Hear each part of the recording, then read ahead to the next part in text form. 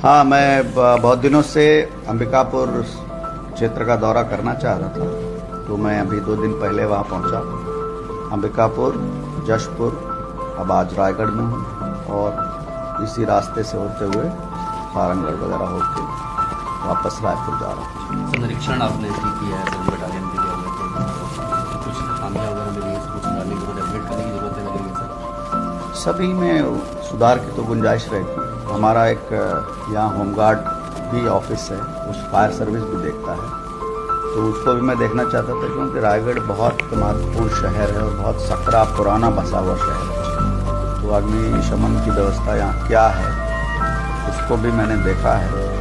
Man power की कमी जो है वो तो है ही। फायर सर्विस का कोई अपना सेटअप, अपना मैन पावर खड़ा नहीं हो पा रहा, तो होमगार्ड के लोग ही उसको चला रहे हैं।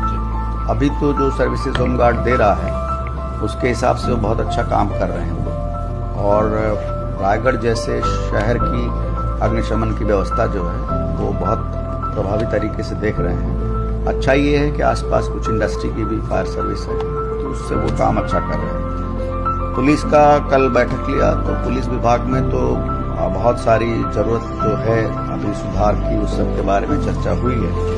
नए पुलिस अधीक्षक ने यहाँ पे ज्वाइन किया और अच्छा काम कर रहे हैं।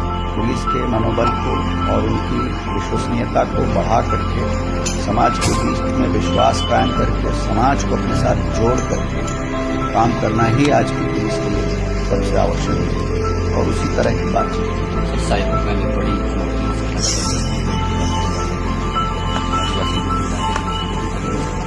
अपडेट करने की और जरूरत है पुलिस को टेक्निकली। साइबर क्राइम नया उभरता हुआ क्राइम का समस्या है, और उसके लिए छत्तीसगढ़ पुलिस थोड़ी सी कुछ समय ऐसा लग रहा था कि पिछड़ रही है इसको टैकल करने, क्योंकि सडन बहुत ज़्यादा उसमें उस क्राइम में बढ़ोतरी हुई। बट अभी हमारे सिस्टम्स बहुत समर्थ हो रहे हैं और बहुत अच्छी कार्रवाइयाँ हुई हैं। अगर देश की तुलना में देखा जाए तो म्यूल अकाउंट्स पर जो छत्तीसगढ़ पुलिस ने कार्रवाई की है वो बहुत अच्छी, और म्यूल अकाउंट्स पर कार्रवाई करके ही उसको प्रभावी तरीके से रोका जा सकता है। अभी हमारा नया सब इंस्पेक्टर्स का बैच पास आउट हुआ है, तो मुझे उम्मीद है कि जैसे ही वो फील्ड में आएंगे तो इस पर और बढ़िया कार्रवाई। अत्याधुनिक होने चाहिए साधारण थोड़ा सा लगता है, क्योंकि जवान कहते हैं कि हमारे सिस्टम में हाँ, अभी सीसीटीएनएस के अपग्रेडेशन का प्रोजेक्ट चल रहा है और सभी थानों में कंप्यूटर इंफ्रास्ट्रक्चर को अपग्रेड किया जाएगा। बहुत शीघ्र वो सारे रिसोर्सेज आने वाले हैं। सर, एक बड़ी चुनौती है सर, 31 की डेडलाइन हमने मार्च की जो खत्म की बस्तर अब किस तरह की चुनौतियां पुलिस के सामने है, किस तरह की प्लानिंग्स जो वहाँ के बदलाव को लेकर पुलिस कर रही है? हाँ, नक्सल का जो हथियारबंद आंदोलन था वो छत्तीसगढ़ पुलिस और बहुत सारे फैक्टर्स हैं जिनके वजह से हम लोग उसको निर्मूलन में कामयाब हुए हैं।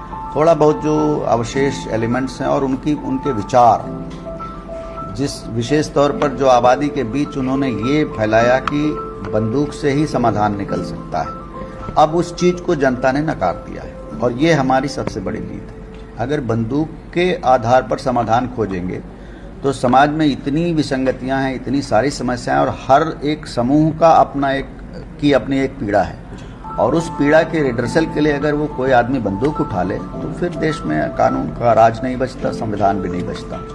तो उस पर विजय हुई है, और उस पर पब्लिक को भी ये पता है कि इस विचारधारा का कोई वजूद नहीं है आधुनिक दुनिया में, और आधुनिक दुनिया के ऐसे संविधान सम्मत देशों में इस प्रकार का कोई आंदोलन सरवाइव नहीं कर सकता।